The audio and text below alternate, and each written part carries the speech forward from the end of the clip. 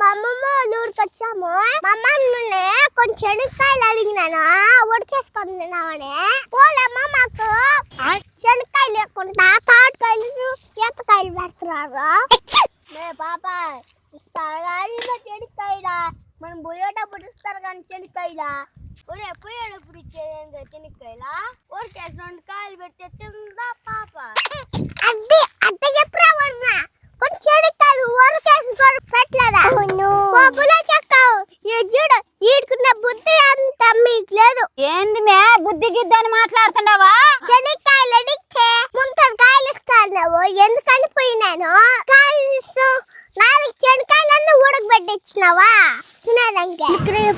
ఏందమ్మా తల్లి, మేమేం ఉడకేసి నీకు పెట్టినట్టే చెప్తున్నావు తల్లి. పెట్టావులే ఉడికేసి శనక్కాయలు. నీ మొగుడు నీ శనక్కాయలు అడిగితే తాటకాయలు ఇస్తాడు, నీ కొడుకు నీ శనక్కాయలు అడిగితే ఈతకాయలు ఇస్తాడు. నువ్వేమో శనక్కాయలు ఏమంటే ముంతడేస్తావంటావు. వాస్తవాలు బయటకు వస్తే పడతలేదా?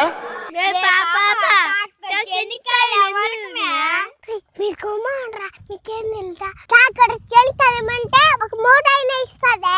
మా తల్లి ఈ చెనిక్కాయలు గోలేని తల్లి, మాకు పెద్ద ఇదిగా ఉన్నది. మాకు వ్యవసాయం బల్లే ఏం బల్లే ఉండే చెనిక్కాయలు ఎన్ని 50 మూటలున్నాయా, ఎత్తుకొని పోయా నువ్వే దొల్లాడు.